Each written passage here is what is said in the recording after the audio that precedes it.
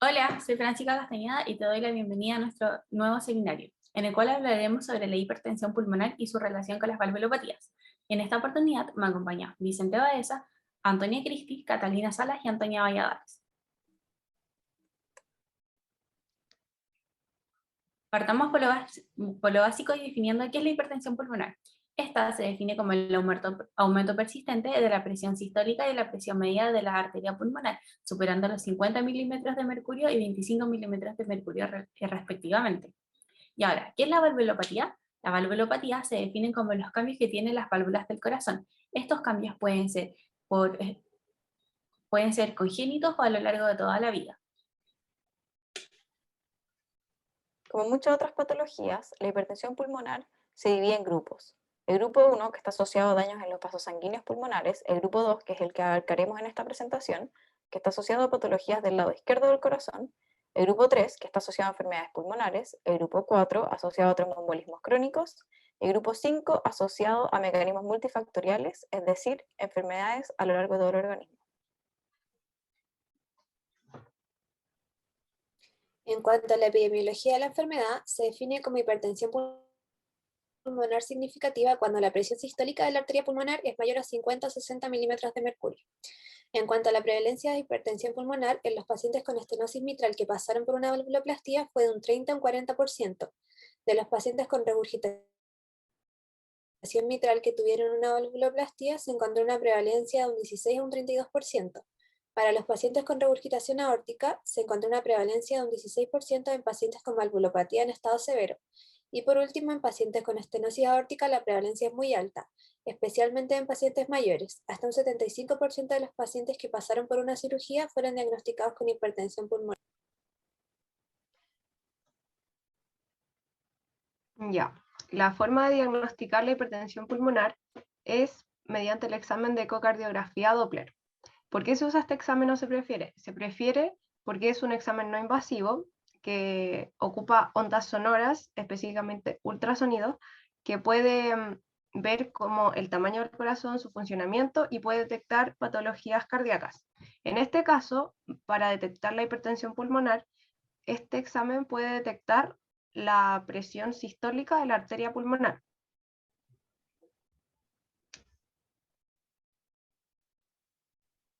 Continuando con las implicancias médicas, hay que destacar el rol de la hipertensión pulmonar como factor para identificar cambios a nivel derecho e izquierdo del corazón, inclusive a nivel pulmonar, donde dichos cambios, a pesar de tratarse con reconstrucción o sustitución valvular, siguen dando un pronóstico llevadero y mal pronosticado. Es por esto que se debe incentivar la investigación fisiopatológica acompañada de un buen manejo médico para brindar mayor apoyo a los pacientes, en especial a día de hoy, donde nuestra población está envejeciendo y los pacientes que sufren de insuficiencia cardíaca han aumentado. Es por esto que los aspectos que se deben tomar en cuenta son el fenotipo de insuficiencia cardíaca que puede presentar el paciente y los resultados hemodinámicos al principio y al final de las intervenciones valvulares. Ya, ahora hablaremos de la hipertensión pulmonar relacionada a algunas valvulopatías específicas. La primera, la estenosis mitral. La estenosis mitral es un engrosamiento de la válvula mitral que estrecha el paso desde el atrio hacia el ventrículo izquierdo, lo que dificulta que se vacíe el atrio.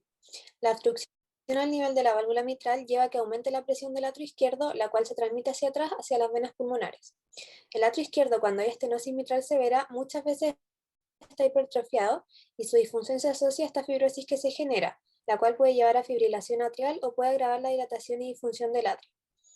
Una elevación crónica de la presión del atrio izquierdo puede llevar a remodelación de los vasos y una hipertensión pulmonar precapilar, y en pacientes con estenosis mitral severa de larga data muchas veces se encuentra hipertensión pulmonar combinada pre y postcapilar.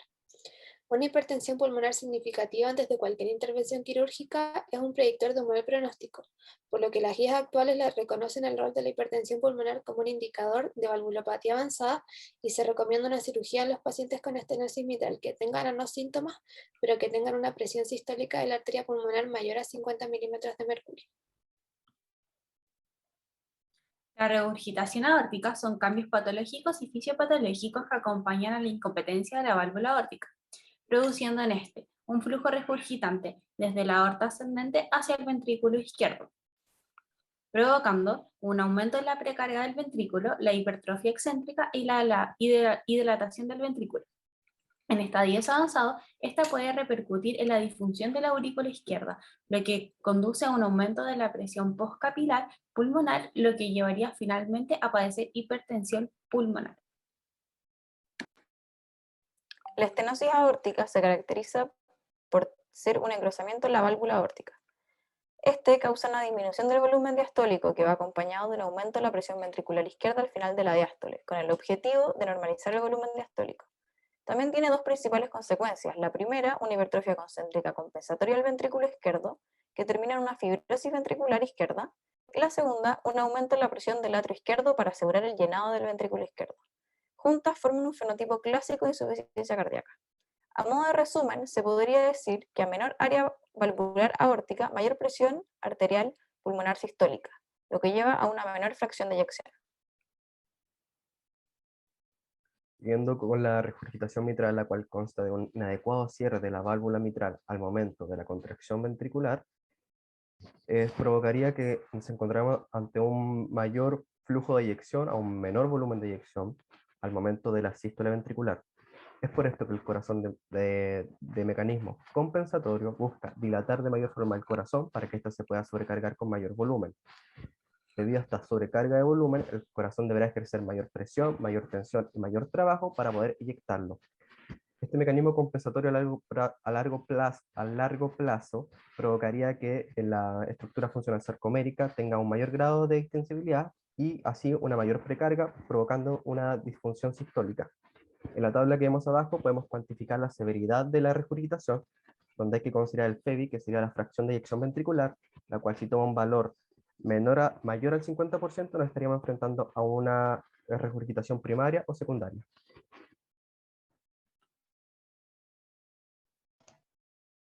Bueno, ahora hablaré sobre las valvulopatías combinadas. Las valvulopatías combinadas se define como el mal funcionamiento en la apertura o cierre de dos o más válvulas del corazón. En este caso vamos a analizar la combinación entre la estenosis aórtica y la regurgitación mitral.